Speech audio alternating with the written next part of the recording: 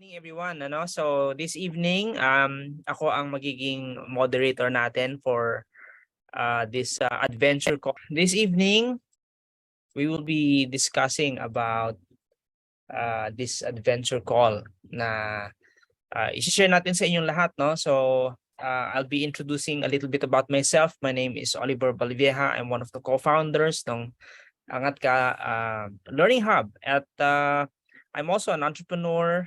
I've been into different businesses, and also I'm an author of 2 books. At I was and I'm still right now, no, a business consultant. So let's have fun. Let's enjoy itong ating journey this evening. First of all, i-share ko muna sa atin ano yung ating objective, no? So I'll just do a very quick run through. Bilisan lang natin yung objectives natin so that maging maliwanag sa atin bakit natin ito gagawin, ano? So una-una, we want to explain bakit critical, why it's critical for us to become or to learn entrepreneurship, lalo na sa kabataan. So explain natin bakit critical for Filipino youth, lalo na sa mga kabataan, kung bakit namin kayo kinalampag, bakit ba namin kayo in-invite, no? So it's very important for us to understand bakit kailangan ng youth entrepreneurs right now, right? And we will be discussing 4 reasons, no? Bakit importante at critical na ang mga youth ay mag-entrepreneur. One of those is yung ranking ng Philippines sa Asia. Okay? At i-compare natin ito sa Singapore, and we will see the big difference. Pangalawa is i-discuss din natin ano yung future ng jobs. Okay? At bakit ito risky if employment lang ang nasa isipan ng mga Pilipinong kabataan. Pangatlo, we will be also discussing the Youth Entrepreneurship Act, or mayroong batas actually that supports the youth para maging entrepreneur. So, ano yon? Encouragement sa inyong lahat yon, ano? Nung bata kami, okay? Walang batas. So, ano kami nun? Kayod kabayo by our own efforts. And lastly, i-identify natin ano yung mga challenges ng mga aspiring youth entrepreneurs. Okay? So, from here, we will move to the next objective. So, explain natin bakit critical yung youth entrepreneurship. Pangalawa, paano naman natin matutulungan ang mga aspiring or starting youth entrepreneurs para ma-overcome natin yung mga challenges. So dito papasok yung ating platform na AngatkaPH, no? So i-discuss natin 'yan. First, i-define natin para maging maliwanag sa ating lahat ano yung cause. Ano yung kumbaga sa pakikibaka, ano yung ipinaglalaban natin? Ano yung vision natin? And then pangalawa, ano yung culture na gusto nating i-develop sa mga kabataan? And then third is, i-define din natin ano yung rising economy na kung tawagin ay the connected economy. And then lastly, along with the letter C is i-discuss natin yung pag-aaralan natin. We will learn a little bit about the micro-influencer and the power of community building bilang isang entrepreneurial capability sa bagong economy. Okay, so very important itong mga bagay na to, no? And then after that, so okay, we explained why it's critical for the youth to learn entrepreneurship at paano makakatulong ang Angatka. And we will also thirdly, i-differentiate natin ano yung tinatawag nating impact-driven entrepreneurs. At ano yung kaibahan nito doon sa tinatawag din nating exploitative entrepreneurs. And I'm sure madali yung malalaman yan mamaya. And lastly, i-explain din natin what do we mean by rise by lifting others. So ito yung hashtag na ginagamit natin. At this is some sort of like a mission statement natin. Na paano itong rise by lifting others as a mission natin, and how can this translate into us building capital for ourselves and other people. Okay? So i-discuss natin ang mga bagay-bagay na yan. So with these 4 objectives, i-run through ko lang very quickly again yung house rules natin. Kanina it's nagpe-play na ito doon sa ating loop, no? So but I just want to mention a little bit about this one. So very quickly, one important to have attention and focus. So, mga kabataan, katulad namin, okay? So, I know that we get easily distracted. So, yung rule number 2 natin, house rules number 2 is avoid all distractions muna. Think of this as an investment you are making in yourself. Okay? And so, we want you to really give your full attention as much as possible. Okay? Pwede nung replyan nyo na lang mamaya yung ibang mga kausap, no? But for the meantime, you are to invest attention and focus into yourself muna, no? And number 3 is have participate, no? Active participation. Just join, wala naman tayong ano dito. I mean, don't worry, hindi po kami nangangagat. Okay. So, and i-share natin yung ating mga saloobin. We want to hear you out. Gusto namin marinig ang inyong mga opinion at mga feedback. So very important yan. And along that line also is number 4, listen. So if someone is sharing, kindly listen to them so that when it's our turn to share, they will also listen. That's our way of showing respect. And lastly, have an openness towards learning. It's very important na i-open natin ang ating puso at isipan sa mga bagay na pag-uusapan natin this evening. Okay? So, let me introduce you to the journey that we will be having ngayong gabi na to. So, meron tayong mabilis lamang na journey na gagawin. So, mag-start tayo muna with looking into the past. Tingnan natin historically. Siyempre, sabi nga nila, we have to look back. So, we will look back and see paano yung naging education natin in the past has created the economic reality of our country and our people also. And from there, we will look into the future naman. We will see whether relevant pa ba yung takbo ng education that we are having right now. We will look forward and see whether ano na ba yung mangyayari in the future so that the youth can adjust. Okay, so ipe-present natin yan, and then from there, after peeking into the future, balik tayo sa present, and we will look into the critical need. Bakit may pangailangan na tawagin natin ang mga kabataan para maging entrepreneur. And at the same time, introduce natin paano ang AngatkaPH can be a platform so that aspiring youth entrepreneurs can change their lives. No? And from there, we will discuss mga tinatawag nating mga enablers. No? So yung mga enablers na tinatawag natin, ito ay mga like yung batas na meron tayo right now, and the important concepts that if you will understand, it will really help you move faster and become progress and become successful in this journey called entrepreneurship. Let's start this discussion about why we have to raise youth entrepreneurs now. Okay, so yun yung main question that we want to answer, no? And to share and cast these questions sa ating lahat.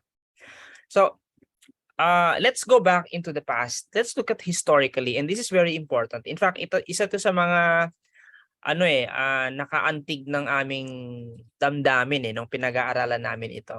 Because originally, gusto naming targetin yung mga employed na, hindi kabataan. But in the course of our validation, we ended up with the youth. So let's look at into the past a little bit. So right now, if you look at the ranking ng world richest country, ang richest countries in the world, number 1 actually is Luxembourg, number 2 is Singapore. In Asia, number 1 ang Singapore. In Asia. Pang-ilan ang Pilipinas? Okay? Pang-ilan ang Pilipinas? That's the question. Maybe some of you have heard when I talk nung sa Laguna nung nagkaroon ng Be Your Own Boss closing doon, and I was invited to share about this. Pang number 35 ang Pilipinas. Kaya doon sa icon natin sa taas, number 35. At bakit brain? Bakit brain yung ginamit nating icon about this? No? And this is very important. Because kung nasaan tayo ngayon as a country, yan ay dahil sa na-educate tayo into our present economic standing. Okay. Now, i-compare natin, ang Singapore ay number 1. It's worthwhile, I think, na itingnan natin, bakit naging number 1 ang Singapore? Alam nyo ba na mas bata ang Singapore kaysa sa Pilipinas bilang country? Okay? Anyone who knows kung kailan naging country ang Singapore? Okay, can you type kung alam niyo? It's actually 1965. So, noong 1965, naging country ang Israel, ang Singapore. And nung time na yun, around 50% or over 50% of their population is said to be illiterate. In other words, no read, no write, most of them. Medyo magulo sila noon. In fact, they were looking up to the Philippines as a model for their economy noong 1965. However, yung leaders nila nagkaroon ng decision. In fact, dito sa screenshot natin, yung nasa maliit na box dito tapos merong naka-box na pink. No? Ang sinasabi niyan, noong 1965, nag-decide daw ang leaders ng Singapore na gawing business-friendly ang kanilang bansa. Okay? Ay ang Pilipinas noong 1965 onwards, ano ang naging education natin? Maging workforce-friendly tayo, hindi business-friendly. So ano nangyari? Over the course of the year, ang mga negosyo sa buong mundo nagpuntahan sa Singapore. Ang mga Pilipino nag-export ng mga OFWs. Well, we are proud. Definitely we are proud of our OFWs. But the future is changing, which we will discuss in a while. Kaya kailangan natin tingnan din. So nasaan tayo ngayon? Where we are as a nation today is because of how we were educated in the past. And yun ang nag-shape ng ating way of thinking. Kaya brain yung icon natin na nilagay dyan. So if we are to look into the future, if we are to explore yung future natin, lalo na kayo mga kabataan, no? Ano yung future ninyo? Either the future will become a nation tayo of employees pa din, or we become a nation of entrepreneurs. And that will happen only kung magiging nation of entrepreneurs tayo, kung yung takbo ng isipan ng kabataan ay magbabago. The way of the dominant way of thinking ng kabataan ay magiging entrepreneur, right? And that is the challenge that we have right now. Okay. And why is it important for us to become a nation of entrepreneurs in the future?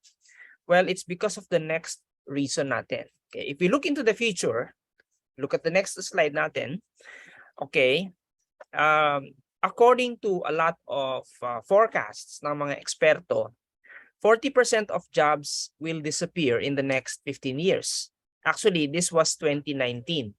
So, 12 years na lang. Okay, 12 years na lang. So, bakit mawawala yung mga trabaho? Ang mga at risk ng trabaho daw ay mga accountants, factory workers, mga truck drivers, even mga paralegal, lawyers, even doctors, even radiologists.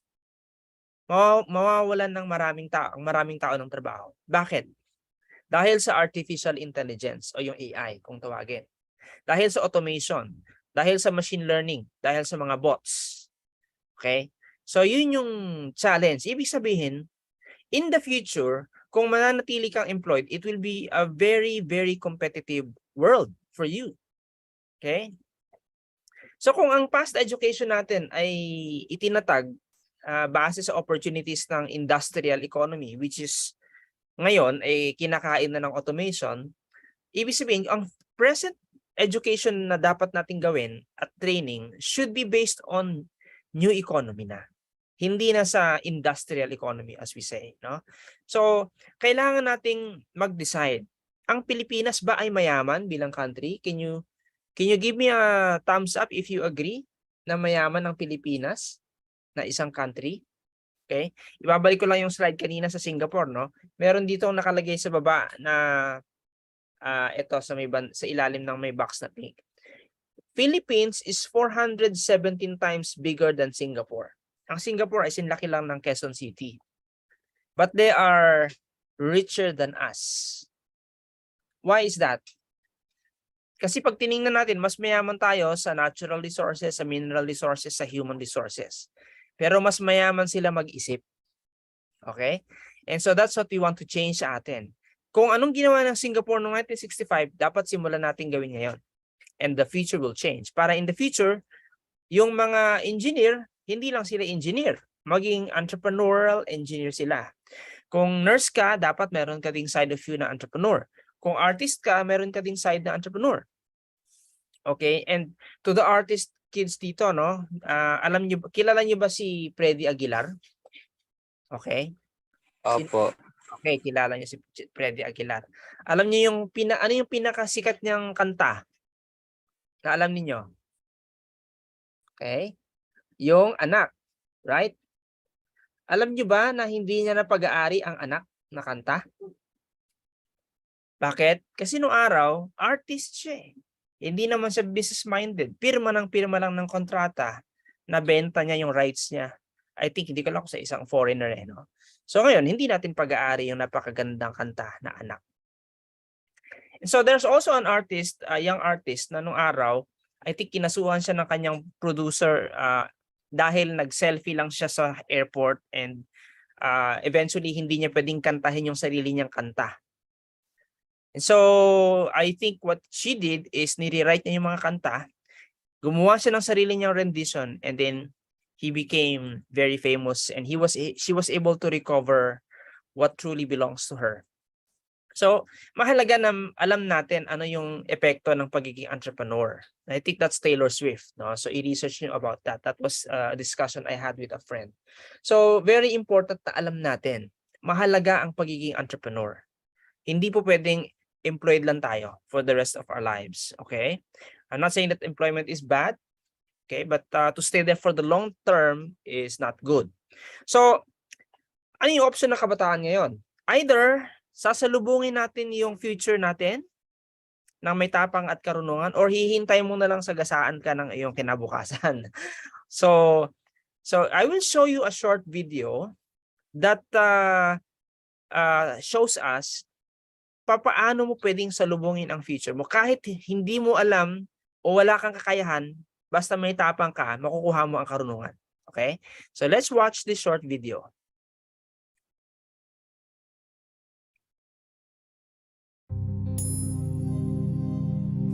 I did not have a rich father.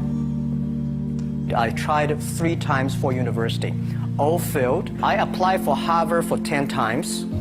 All failed. They don't even want to see me. For the last time, I went to the Teachers College, which was considered the 3rd or 4th class of my city. So I applied jobs for 30 times, got rejected. It was so difficult at that time. I was so frustrated because I taught in the university. My pay was $10 a month because I could not find a good job. In 1994, discussed that I'm going to do something called internet. And 23 of them against it. They said, this is a stupid idea. We have never heard about internet. And you know nothing about computer. And I never thought I was smart. Nobody believed that I could be successful. Because everybody say, well, this guy think differently, think crazily. You know, they think about something never work. I tried to borrow $3,000 from the banks. Took me 3 months, but I still cannot get it. We talked to over 30 or 40 venture capitalists. Everybody said, no, forget it. A lot of people said Alibaba is a terrible model. As I said, I believe it. I think this thing could be big if we keep on working. I never thought it would be that big like today. But I believe that something is waiting for me there. And I have to work hard to prove myself. That was the tough experience. So we gathered $50,000 from 18 founders. We started. For the first 3 years, we did not have even $1 revenue from our business. It was not easy. You don't make any money. You've got extraordinary claims, and yet you make nothing. That's the internet. Yes, but what's the point? Are you a millionaire? Now? No. Do you want to be? Well, I hope. But why it keeps going ahead, going forward? Because I received lots of email of thanks from the customer. They say, this is such a great thing. We cannot pay you, but this thing helped us. If you keep on helping us, one day you will be successful, and I believe this. Little by little, we build up our business. Little by little, we build up our ecosystem of the infrastructure. And now, after 16 years, we have an Alibaba group, we have a Tmall group, we have a Taobao group, we have Alipay. And people said, you are so smart. How could you make a company like that?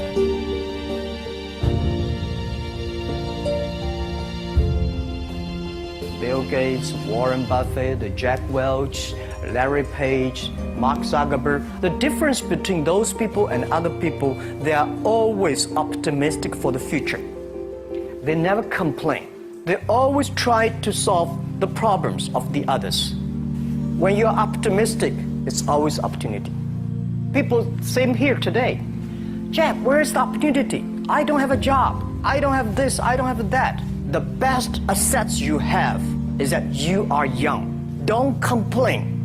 Let the other people complain. The opportunity always lies where people complain. Think about how you can make things different. And then when you think about this, start to do it. I saw a lot of people, young people, have fantastic ideas every evening. But in the morning, they go to the office same again. If you really want to be an entrepreneur, you have to do the things before the other people do. You have to wake up before the other people wake up. You have to be more brave than the others. Make the move, make the action. Whether investors believe it this or not, whether your friends believe it or not, whether your parents believe it or not, that's not important. You believe it, your team believe it, and work day and night on this. Make enough mistakes. You fall, you stand up. If you really want to work for yourself, think about the others, because only when the other people are successful, when the other people are happy, you'll be successful, you will be happy. Don't worry about the money. Money follow the people. People should follow the dreams. If you have a dream, just to go ahead.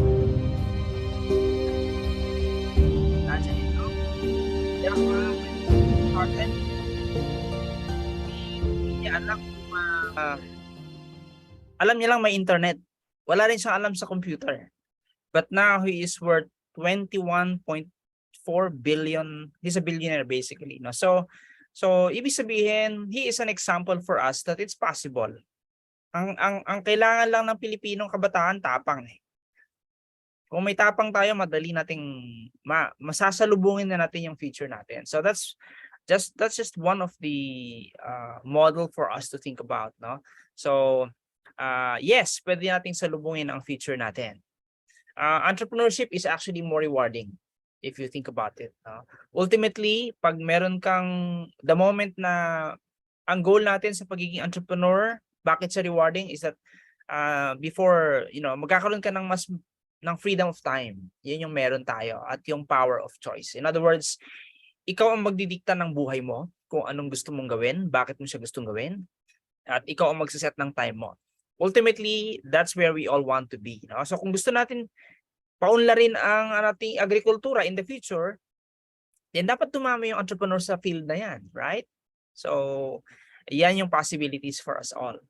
So very inspiring story. Now, let's come back to the present moment, and I want to share with you some of the enablers. Ito yung mga opportunities for us to think about. Una-una, of course, ang kagandahan sa panahon natin ngayon, panahon ninyo, merong batas. Okay, it's called the Republic Act 10769, kung saan itong batas na to ay pinopromote niya ang entrepreneurship and financial literacy sa youth sector, which is about 20% ng ating population right now. So, magandang opportunity ito for us. Pangalawa, ang laki ng population natin sa Pilipinas is, ang kabataan is between age 15 to 30 actually ang classification natin ng youth, no? Pero maganda mag-start the earlier, kung nasa teens ka pa lang, in early 20s, that's actually the best time for you to start. And malaki ang opportunity natin dito. The more youth na matutulungan natin o maging part nito, in the future, you become the solution. You can be the next Henry C. You can be the next Manny Villar, so to speak. So ang kagandahan lang din dito is that right now, sinearch din natin, there are around 200 55 na mga eskwelahan na nag-o-offer ng BS Entrepreneurship na course sa buong Pilipinas. In fact, doon sa Laguna, nakausap natin si Dr. Marisa, no, nung Laguna State University, at sabi nga niya, ang kanyang frustration din daw is that after graduate na mga estudyante sa BS Entrepreneurship, hindi sila nakakapagnegosyo. Instead, nauuwi pa din sila sa employment. Right? So, bagamat merong School of Entrepreneurship, may kakulangan. Kaya diyan tayo pumapasok, no? At ang pag-aaral natin na gagawin, hindi lang formal education. Gusto nating i-impart sa inyong mga kabataan ano yung kahalagahan ng self-education.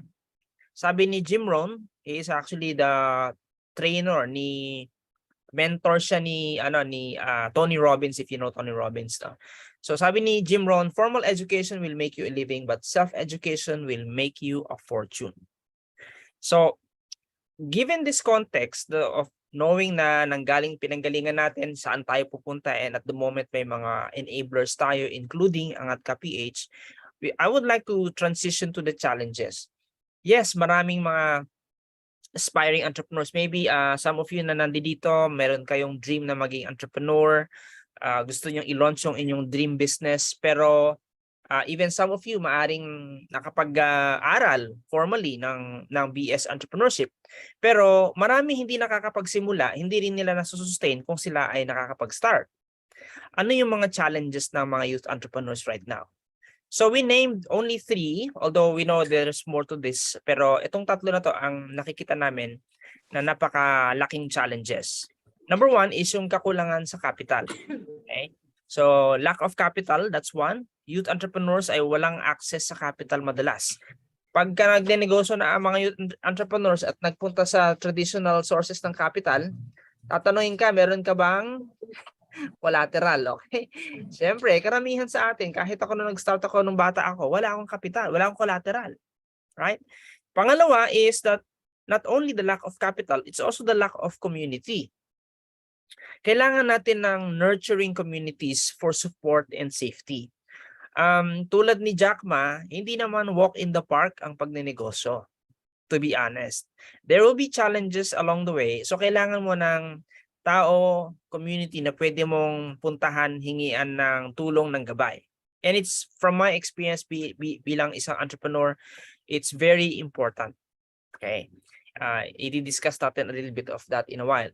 Pangatlo is the lack of capability. Yung minsan na-overwhelm ka na, hindi mo na alam ang gagawin mo. Now, as a youth entrepreneur, kailangan ang learning natin is continuous. So we need continuous learning para mag-build yung ating capability and skills sa pagnenegosyo, sa pagiging negosyante. So we will address all these 3 challenges with the platform that we have. And we hope that you will see the value of the solution that we will want to offer with you. Okay? So just as a quick recap, no, do sa dinaanan natin. Yes, the past tells us na ngayon ganito ang takbo ng isipan natin dahil sa ating educational culture. And let's take Singapore as a model for us to follow. So that yung future natin, we can become a nation of entrepreneur, hindi lang tayo nation full of employment or employees, right? And now, the way we will solve that at the present is, kayo na nandito ngayon, we are inviting you to to venture as youth entrepreneurs, and also yung mga kaibigan at kakilala nyo din, invite din natin sila to venture into the world of entrepreneurship. I-take advantage natin yung batas na meron tayo, yung support ng government, at yung Angatka bilang isang platform na tutulong sa inyo na mag-progress at mag-succeed sa inyong entrepreneurial journey. And so, let me introduce to you the solution that we have in mind. Okay, so our solution to all of these challenges is to call you into this entrepreneurial adventure. So ito yung solution na ino-offer ng Angatka. Angatka Learning Hub is a company. Okay, we are offering a gateway platform to entrepreneurship. Ang Angatka nanggaling yan sa tapang at karunungan. Okay, so how do we intend to solve these challenges Our solution is entrepreneurial education na may capital build-up program para sa kabataan. If you think about this, dalawang element lang ito, no? But it's broken down into 4 parts. Entrepreneurial education and raising capital. But it's not as simple as that. We break it down into 4 elements. First element is the community. You need a community. Mahirap mag-aral mag-isa. Mahirap din magnegosyo mag-isa. Okay? Pag mag-isa ka lang, self-employed ka lang. And so you have the community and you have the education, and then there is a capital for you, and then eventually you use the capital, you use your education, and you tap your community to build experiences. So yan ang ating solution. So let's unpack this solution a little bit, no? So I would like to introduce to you some of the essential concepts or ideas that we will be defining, no? And this will give you a better understanding paano makakatulong ang Angatka sa mga kabataan right now. Okay? So there are just a few things that we will be discussing very, very quickly. Number 1, ano yung cost natin and culture?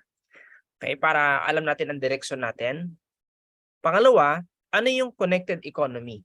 This is the economy of the future, hindi na industrial economy. So we are to educate ourselves towards the connected economy.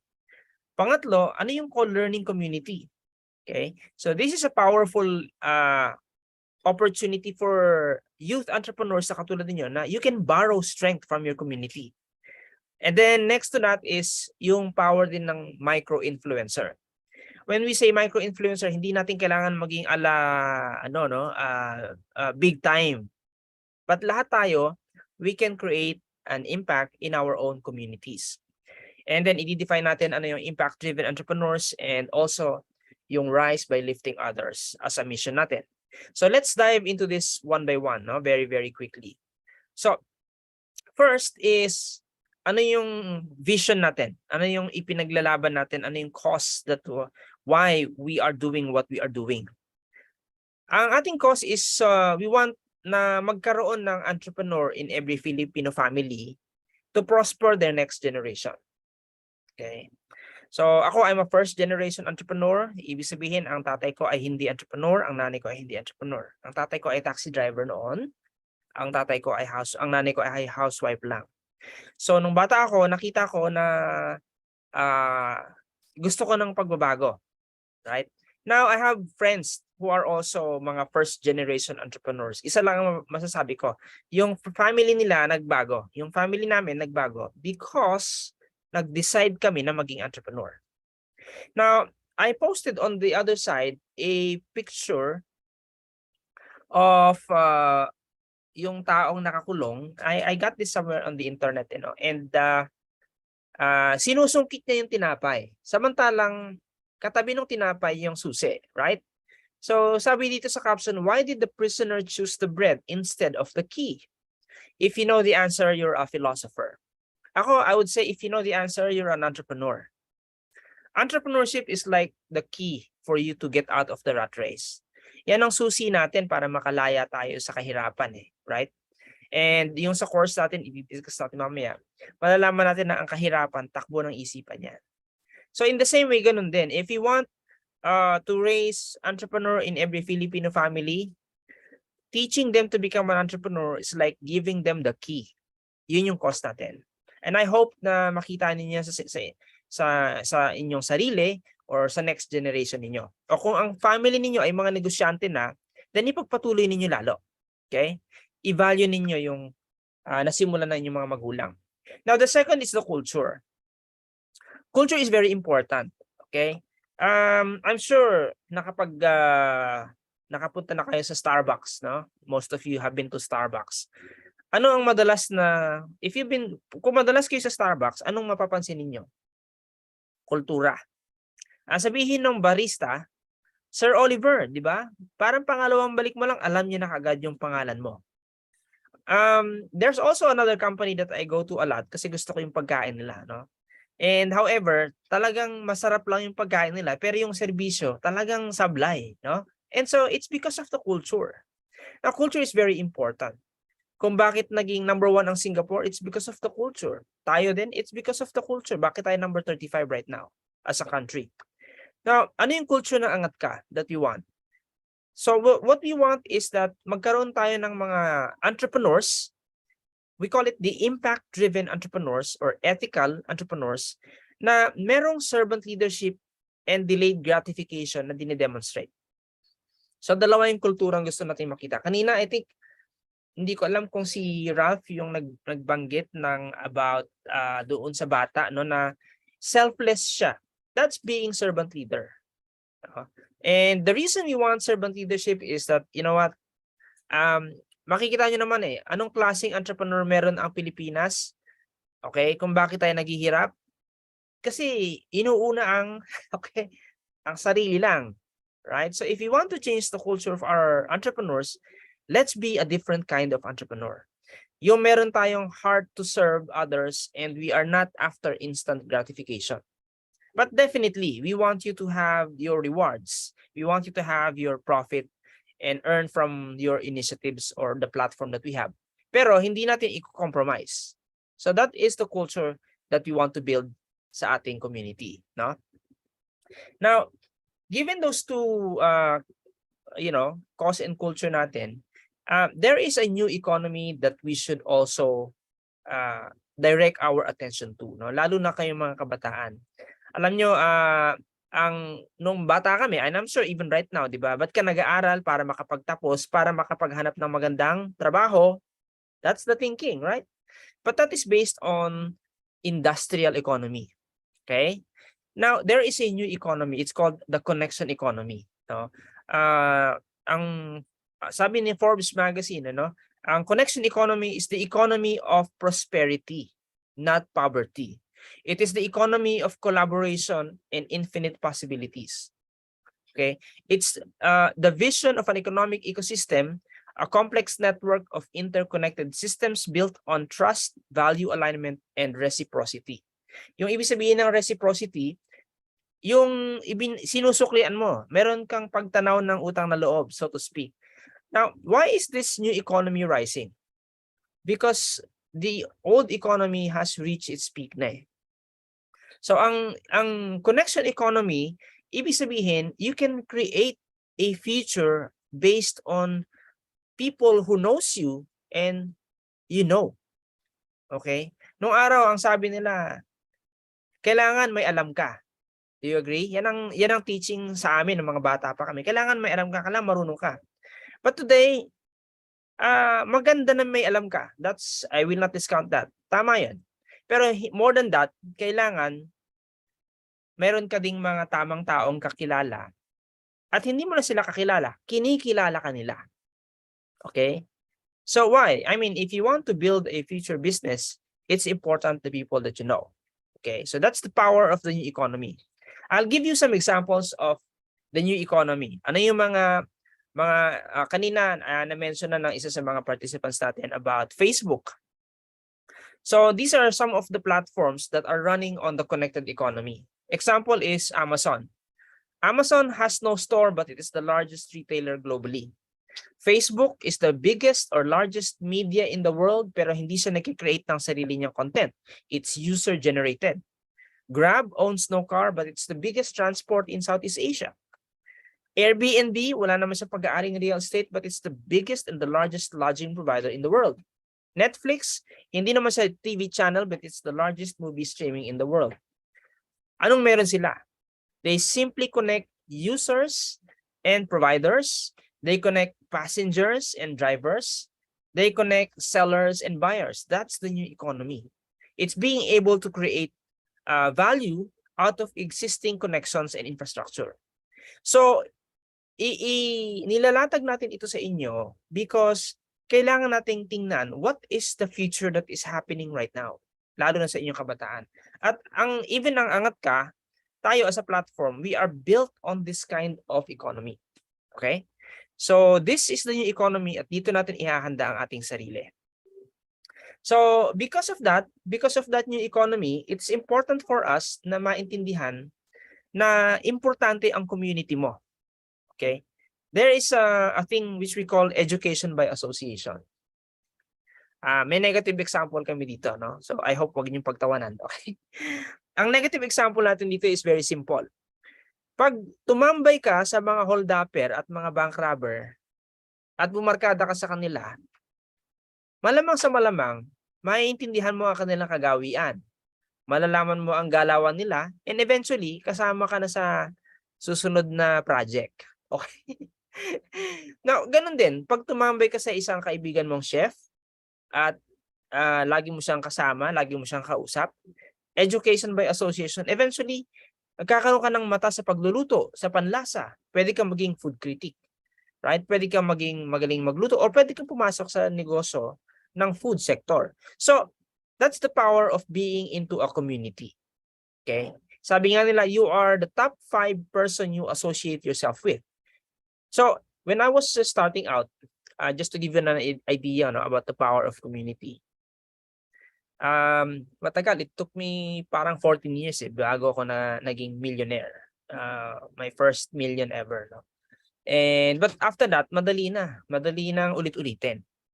Now, nung yung unang mahabang panahon, I was trying to do it by myself. Sariling effort ko lang. But then I learned the power of community at that time. And so nagpa-mentor ako. I joined a community of people who mentor other people. And I realized the people that are in there are so much willing to help me. Pero kailangan ko lang maging transparent and to be honest with these people. I have to, live up to the integrity. And so nag-accelerate yung progress ko. I was able to know the right people. Again, the power of connections. No? So ganun ka powerful ang community. Okay? One of the things I've learned from that is that build your team long before you need them. So karamihan ng mga kasamahan natin dito, kakilala ko na ng over 10 years. That's the beauty of what we are doing. No?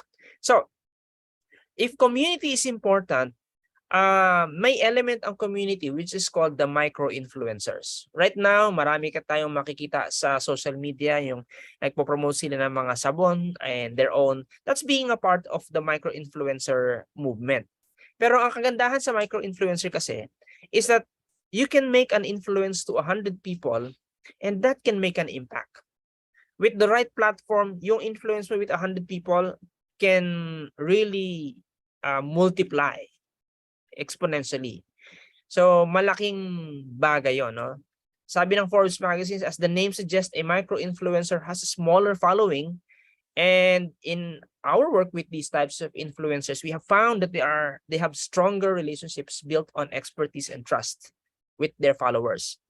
Hindi natin kinakailangan, of course, I mean, mahirap, mahaba ang journey to reach the top.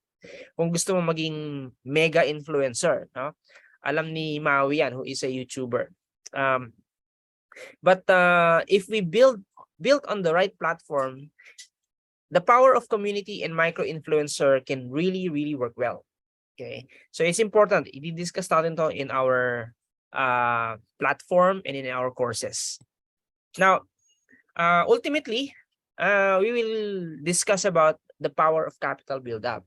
Siyempre, kahit naman anong negosyo ang gawin natin, at some point, kailangan natin ng capital, right? Hindi lang dapat once, but multiple times. Kasi sa experience natin, pag nagnegosyo ka, madalas yung una, yung pangalawa, okay? So may semplang yan, okay? Hindi na natin ano yun. So may semplang tayo dyan. Pero dahil nagkaroon tayo ng entrepreneurial spirit and mindset, ang negosyante, kapag nag-fail, lumilipat ng negosyo. And then another negosyo. And then another negosyo. Ang employee, pag natapos sa nag-end of contract o na-layoff, lilipat lang yan sa another employment. And another employment. And another employment. Until wala na siyang time. Now sa atin, we want you to have a capital build up for a long period of time para makapag-negosyo ka multiple times. So, dito papasok yung ating concept o yung hashtag natin na rise by lifting others. In other words, para umangat ka sa buhay, iangat mo ang iba. That's basically the principle behind, no? So dito, we have a co-learning communities for youth entrepreneurs with capital build up program. Now, ang ginagawa natin dito is ipapractice natin yung servant leadership and delayed gratification. Okay, during our internship system. And ang gagawin mo lamang is tutulungan mo ang Angatka na palaganapin natin yung ating cause and culture sa mga aspiring entrepreneurs who will enroll sa ating course. Okay? In turn, magkakaroon ka ng build up of capital, cycles of capital para sa dream business mo. I will explain that in a while. But as you can see dito, may nakalagay sa ilalim, no? I think kanina pa yan nakalagay yung, kita ninyo yung mga logo sa ilalim, no? Logo ng Rotary Club, Lions Club, BNI, Kiwanis, Eagles, no? Ang mga communities na to, usually, meron yang membership. Okay? So, I've been a part of BNI before. Nung nag-join ako dyan, nagbayad ako ng 32,000 for 1-year membership.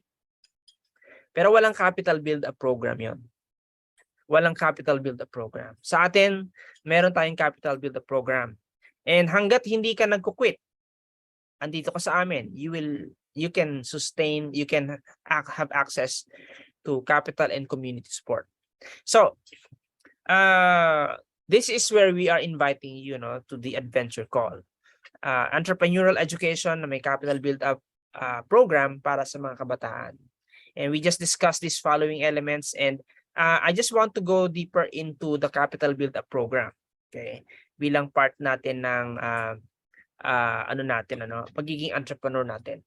So pag kayo ay naging entrepreneur na, once you graduate from our courses, ang gusto naming na-embrace ng lahat, maging aware tayo, ano ba yung impact-driven entrepreneur, na yung bagay na yan. Kasi ang exploitative entrepreneur, yan ang opposite niyan, ang exploitative entrepreneur, sarili lang ang iniisip niya. Hindi na baling in short scammer ang dating, Hindi na baling basta kumita ako, it doesn't matter kung masagasaan ko yung iba. So we want to become at least an ethical entrepreneur at the very minimum. Pag sinabi nating ethical entrepreneur, at least fair. That's the minimum. Patas, wag mong lolokohin ng iba. Because whatever you put out there will always come back to you. Kung anong itatanim mo, yun ang babalik sa'yo. Right? Now, to become an impact-driven is yung example kanina ni Ralph about doon sa 3 years old nag-start ng recycling business na bata. Okay? He wants to make a legacy beyond money. And so, pwede nating ma-achieve yan. Okay? So, let me show you lang ano yung dadaanan ninyo kapag nag-take tayo ng ating courses. You learn entrepreneurship and build your capital for your dream business. So you start by joining our community. So right now, after ng ating adventure call, if you want to participate, you can immediately join. You join a community, meron tayong tinatawag na co-learning community. So this is the co-learning community. And in this, imamaster natin ng ating connected economy. After that, meron tayong course. So we have online course, si Argel ay nauna na, ginalingan. Tinapos ka agad yung course. Because we have a free course that we allow students to take, and i-discuss natin siya during our sessions. And so you learn entrepreneurship via online platform. Yung cohort-based format na tinatawag is like this. So meron tayo yung 6 sessions and we start and end together. Okay? So after the education, yung graduate sa ating mga premium course, you can participate into our capital build-up program. Okay? So that means that tutulungan nyo ang community natin, ang Angatka, na mag-mentor din at mag-coach ng ibang mga aspiring entrepreneurs habang sila ay nag-aaral sa ating course. In the future, if mag-open tayo ng signature courses that you guys can have, basta mag-qualify siya sa atin. So those are the possibilities. And then you will be able to raise capital by every time it will be $500,000 to $1 million, i-release sa inyong capital ninyo. And eventually, you have to put your capital into real-life businesses. Okay? So there are platforms that we can endorse and recommend. And eventually, if you have your own business platform then in mind, kung saan mo ilalagay yung capital mo, the community will help you evaluate your business. If you need partners, you can find it in the community. If you need collaborators, you can explore the community. Ang importante dito is that you put your education and capital and turn it into experience multiple times. Okay? Kailangan multiple times so that eventually, doon natin mahahasa yung sarili natin as an entrepreneur. So, ano yung courses na in-offer natin? So, currently, ito yung signature courses natin. Yung free course natin is yung Ikaw ang Yaman. It's our Abundance Foundation course. And this is so important.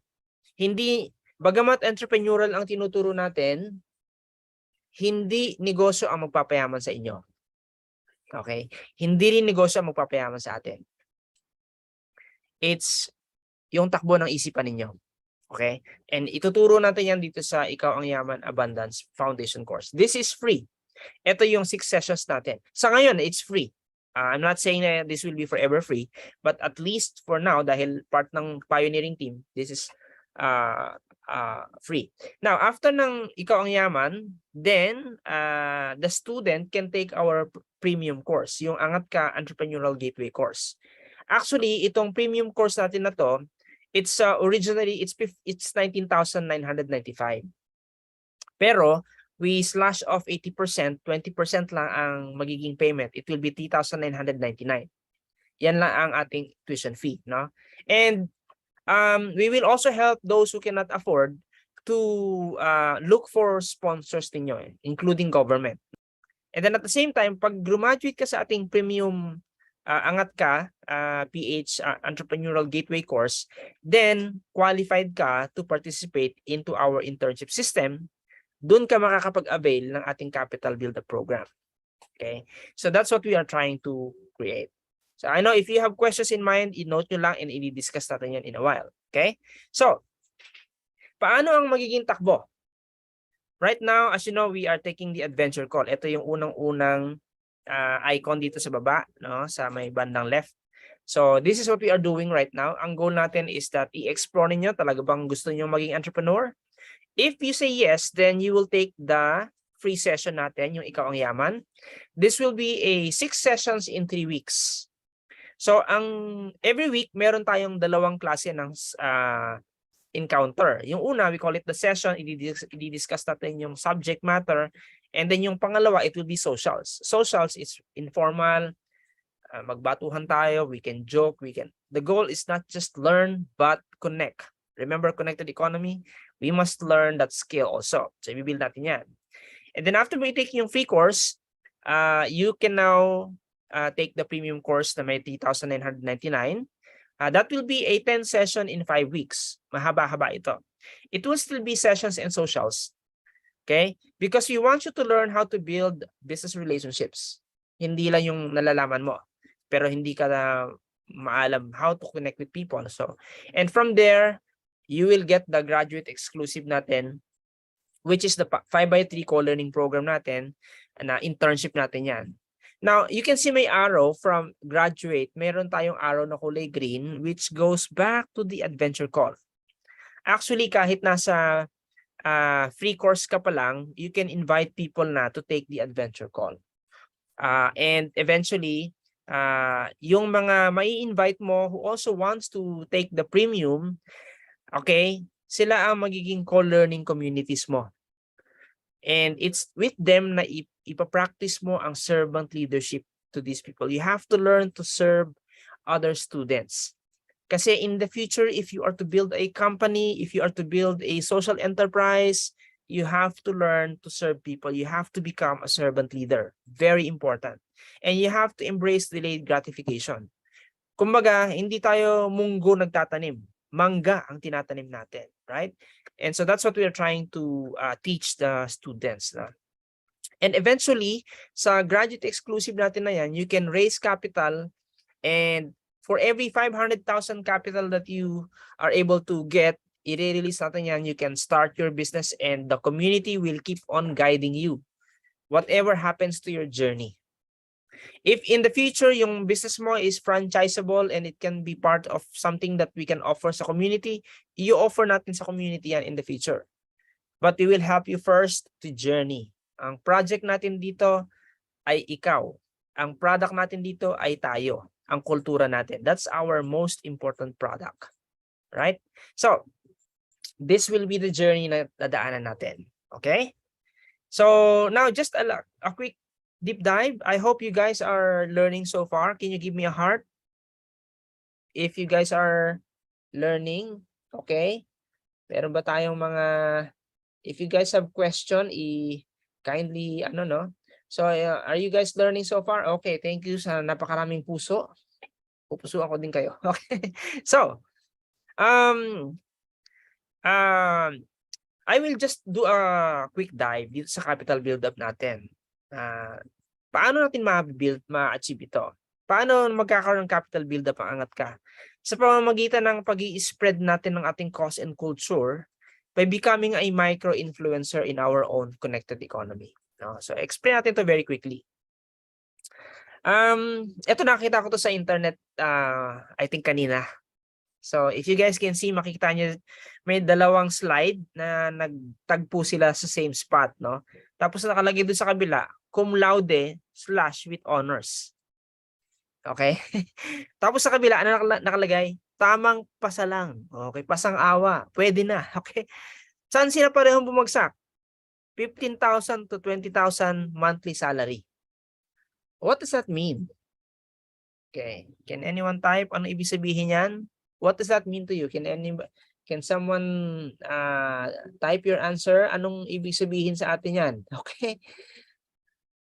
Diba? So, it doesn't matter kung cum laude ka. In fact, nandito ba si Sir Dennis natin? Si Sir Dennis ay isa sa yung ating web developer and Chief Technology Officer. Siya ay, ang mga client niyan ay government. At sa PTB4, sabi niya, may mga intern niya kami doon, sir eh. Lasal pa graduate, no? Pero Lasal graduate yung intern nila, pero 15,000 lang din ang monthly. So mas malaki pa yung baon niya nung siya ay kolehiyo. Okay? So what this is the sad reality. So the question here is this if education for employment is a business, will it qualify as an attractive investment? Kung tayo po ay mag-iisip, kung ako negosyante, o kung ikaw ay negosyante, mamumuhunan ka, di ba? Maglalagay ka ba ng kapital sa isang bagay na ang babalik lang sa'yo? Kunwari, I'll give you an example. Magkano ang college tuition fee? This is according to moneymax.ph. College level per annum is between 70,000 to 250,000 per annum. So, ibig sabihin, sa iba per semester yan. So, kung per semester, I don't know, kung 2 semester yan, di twice yan, right? So, pero ibig sabihin, sa 4-year course ng isang bata, gagastos ka ng mga 280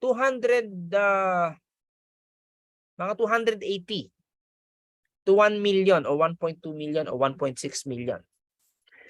In 4 years time, wala pa doon yung pamasahe mo, pagkain mo, renta mo, etc., uniform, etc., kung ano man. So maglalabas ka na ng 1 million, tapos after mong makapagtapos in let's say 4 years time, kikita ka lang ng 15,000 per month. Sa mga negosyante po, kung talagang negosyante ang isang tao, hindi sila papayag na yung ilalabas nila malulugi. Hindi wise di ba? So however, that's the reality of our education. Now we believe in education. Don't get me wrong. No? Naniniwala tayo sa education. Kailangan lang aangkop yung education sa paparating na kinabukasan. Right? Pag hindi siya naaangkop in the future, then we are investing in the wrong thing. Right? So, in fact, ang ino-offer ng MoneyMax is that pinaglo-loan nila yung tao ng 2 million payable in 5 years para lang makapagtapos yung bata. But is still, alam niyo ba na sa Google right now, sa Bank of America, hindi na requirement ang may college degree sa lahat ng roles na available nila for job right now. Hindi na requirement ang college degree right now. They would want the students to have self-education and experience o yung kanilang applicants. So this is the reality of the present moment. In short, what we are saying here is that education in itself is very expensive. Tama? Do you agree? Education is very expensive. At ang mga magulang natin ay talaga namang nag-i-invest sa education natin. Nga lang, hindi na natin namalayan na nagbabago na yung future. That's why we have to be aware. Okay? So, let's go to our platform. Sa ating platform, yes, ang ating tuition fee is 3,999 or 4,000 pesos, susuklian ka pa ng piso. Okay? But by becoming a micro-influencer in our connected economy, ang goal mo, ang isa sa training na gagawin natin sa inyo bilang entrepreneur is to build your co-learning community and become an influence in your own small community.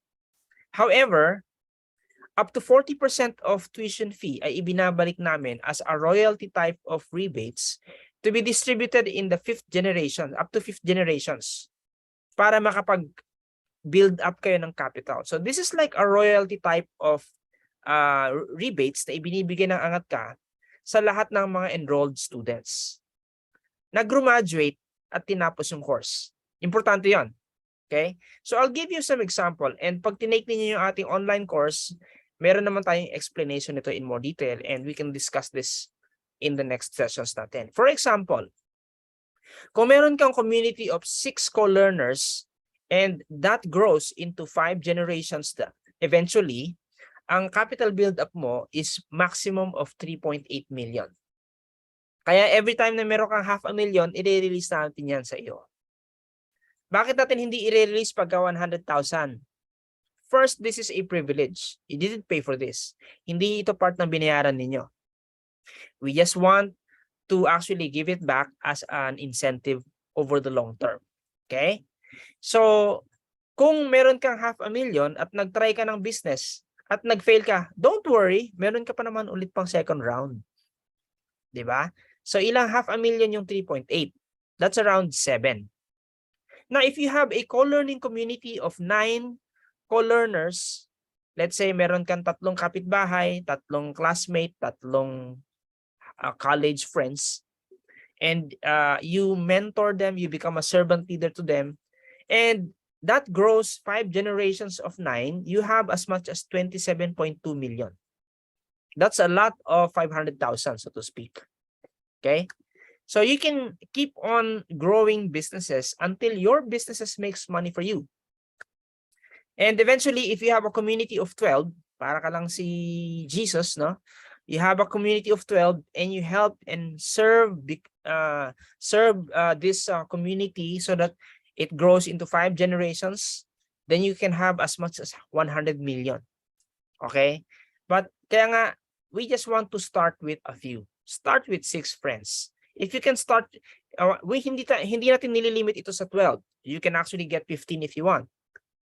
Pero ang kailangan, you have a servant leadership heart. So that what you model, your community will also follow. Right? We want to create a community of future partners, future investors, future collaborators natin. So that's what we are trying to do. No? So, that's the co-learning community. Okay? Meron tayong mechanics dyan in mind. Now, the good thing right now is because we can tap into colleges and universities, yung mga existing youth organizations, or even government, and participate and involve them into our project. For example, merong 255 na campuses na merong ino-offer na course na BS Entrepreneurship. So, may kausap tayo na isang youth organization at sabi niya, bro, pwede akong kumuha ng mga intern from the school. And taon-taon may pumapasok ng estudyante para mag-take ng BS Entrepreneurship. But hindi lang naman mga taga BS Entrepreneurship ang interested magnegosyo, di ba? Paano naman yung mga nasa business administration, nasa accountancy, o nasa fine arts gustong mag-business? We can still invite them in. Ang kagandahan lang na ginagawa natin is that by spreading our cause and culture, may capital build-up program tayo.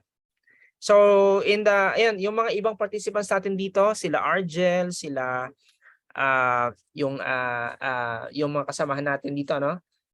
Sino pa ba yung mga, si Mark Anthony, si Cristela, some of them are part of the BYOB, where yung Be Your Own Boss DTI project, where we were invited to share the vision of Angatka. So we can tap into that. Okay, we can also work together para makapag-establish tayo ng alliance with the local government, LGU, which isa sa wino-workout namin ni Argel right now, ay ma-endorse tayo sa mayor's office and even establish possibly a scholarship grant from the government. Okay? So tuturuan natin kayo so that you can learn how to deal with government and other people. That's part of your training. That's part of your training, no? So ika-capitalize natin yung batas at support ng government, and let's build as many youth entrepreneurs as we can while we ourselves are servant leaders, no? Now, the final question that I'm giving everyone is this. Again, ang ating cause is that magkaroon ng entrepreneur in every Filipino family to prosper the next generation. Now, will you respond to this call? Okay. Will you be a part of this community? If your answer is yes, can you give us a heart? Okay. If your answer is no, it's okay. Hindi naman natin ito fino-force to everyone. That's why we call it the adventure call. We would like to invite you into the adventure. So kindly, you can thumbs down. Walang problema sa atin yan, no? Ang goal namin, actually kayo yung unang-una namin kinausap. Okay? So, ibig sabihin, ang goal namin is that 2 years from now, 3 years from now, or just a year from now, sino yung mga top servant leaders of AngatkaPH? Gusto ko sana na yung mga nandito sa atin, kayo ang mga makita naming mga future leaders, no? So, we want you to be a part of this community. Now, what will happen from here? Okay, what will happen from here is that screenshot nyo ito right now. Screenshot nyo. You can go to our website, AngatkaPH. Meron tayong button doon sa menu sa taas na sign up. You just click that and you register.